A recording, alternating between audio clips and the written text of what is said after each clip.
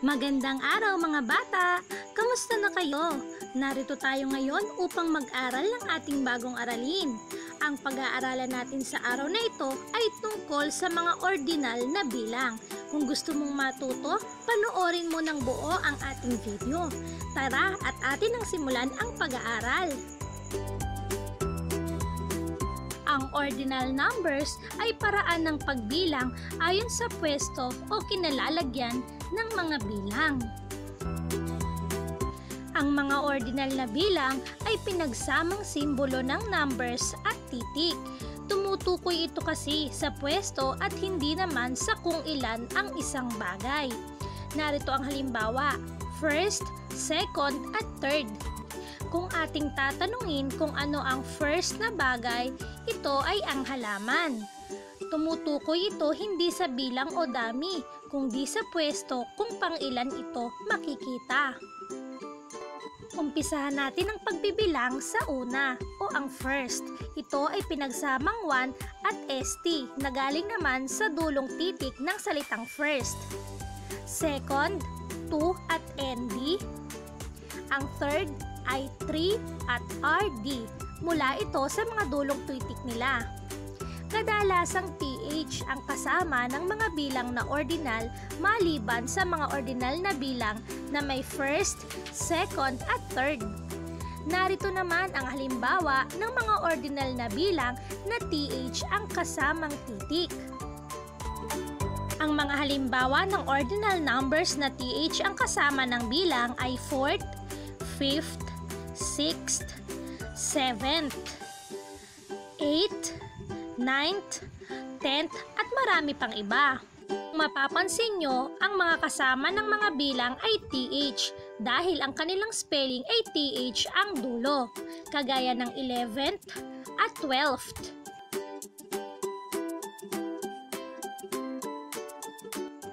Ang mga bilang na mula naman sa 13th to 19th kung isusulat sa salita ay mismong spelling nito na lalagyan lamang ng TH sa dulo. Pansinin nyo ang mga examples na nasa sa inyong mga screen. Kung makikita ninyo, ang 13 ay ginawang number na 13 at ang TH na idinagdag ay kinabit sa umpisa. Kaya ang simbolo ng 13 ay 13th na 13 at TH. 17th, 18th at 19th. Titingin lamang tayo sa dulong titik ng mga salita. Ang mga buong bilang naman na nagtatapos sa Y ay nagiging IET. Ang 20th ay hindi ini-spelling na 20th, kundi 20th na ang Y ay pinapalitan natin ng ITH. Gaya ng nasa larawan. 30th, 40th, 50th, 60th. Kung inyong mapapansin, ang mga numbers na buo kapag ginawang ordinal numbers ay TH ang kasamang mga titik. 70th, 80th, 90th at 100. Ang mga bilang naman na gaya ng 21, 31, 41, 51, 61, 71, 81 at 91 ay nagiging first. Napapalitan naman ng first ang 1 kung kaya't ang 21 ay nagiging 21st. Narito ang mga halimbawa ng bilang na 1 ang dulo na nagiging first, 21st, 31st, 41st, 51st, 61st, 71st, 81st at 91st. Ang mga 1 ay napapalitan ng first. Ang mga bilang naman na 2 ang dulo kagaya ng 22, 32, 42, 52, 62, 72, 82 at 92 ay napapalitan ng second. Hindi maaari na ang 22 kapag ginawang ordinal number ay maging 22.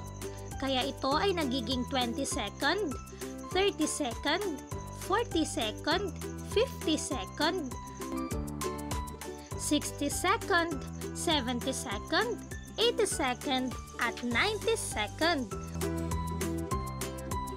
Ang mga bilang naman na nagtatapos sa 3 ay nagiging RD ang kasama ng simbolo. Ang 23 kung gagawin nating ordinal ay hindi magiging 23th, kundi magiging 23rd, kagaya ng 33, 43, 53, 63, 73, 83 at 93, nagiging third ang kanilang mga bilang. Kung kaya't ang kanilang mga ordinal na numbers ay nagiging 53rd, 63rd, 73rd, 83rd, 93rd. Nagiging third ang number 3 sa ordinal numbers. Ang mga bilang naman na nagtatapos sa 4, 5, 6, 7, 8 at 9 ay TH ang isinasamang titik sa simbolong ordinal, kagaya ng 24th, 25th, 26th. Karamihan sa mga ordinal numbers sa simbolo ay TH ang kasama, kagaya ng 27th, 28th at 29th. Naiiba lamang ito kapag nagtatapos sa 1, 2 at 3, 34th, 35th, 36th. Kung ano lamang ang bigkas ay siya ring sulat, 37, 38 at 39.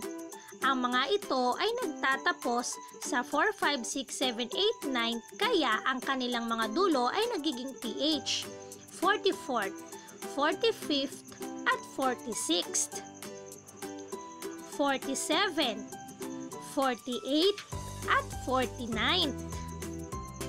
Madali lamang isulat ang mga ordinal numbers, lalo na kung alam mo ang spelling ng mga bilang. Kadalasan, kung ano lamang ang bigkas ay siya ring sulat ng spelling. 57, 58 at 59. Ang mga ito ay may kasamang TH parati sa dulo. Narito pa ang ilang mga halimbawa ng mga numbers na may TH sa dulo. 67, 68, 69. Mga numbers na nagtatapos sa 7, 8 at 9. 74th, 75th, 76th. Mga numbers na nagtatapos sa 4, 5 at 6. Pagmasdang mabuti ang ilan pang mga halimbawa. Kung inyong mapapansin, paulit-ulit lamang ang paggamit ng mga TH, lalo na kung ito ay mga numbers na nagtatapos sa 4, 5, 6, 7, 8, at 9. Kahit abutin pa ito ng ilang bilang, 100 o thousands, magiging TH pa rin ang kanyang dulo. Dahil titingin tayo sa pinakadulong numbers ng gagawin nating ordinal numbers. Mga bata, huwag tayong malilito. Ang mga bilang na ordinal ay TH ang dulo maliban sa mga bilang na nagtatapos sa 1, 2 at 3. Tandaan natin!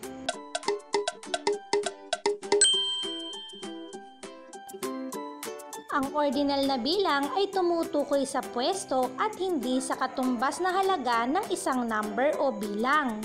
Nusulat ito sa pamamagitan ng simbolo ng bilang at dalawang dulong titik ng spelling nito. Halimbawa ay ang first, 1 at ST. Sa ating halimbawa na 46, ang number na 46 ay sinamahan natin ng TH. Dahil ang dulo ng spelling ng 46th ay TH. Halos lahat ng ordinal numbers ay may katambal na TH maliban sa mga bilang na nagtatapos sa 1, 2 at 3. Ang nagtatapos sa bilang na 1 ay nagiging first. Ang mga bilang naman na nagtatapos sa 2 ay nagiging second. At ang nagtatapos sa 3 ay third. Halimbawa, ang 21st kapag sinulat ay 21st. Hindi ito isusulat ng 21th. Ang 32nd naman ay isusulat ng 32nd at hindi isusulat ng 32th.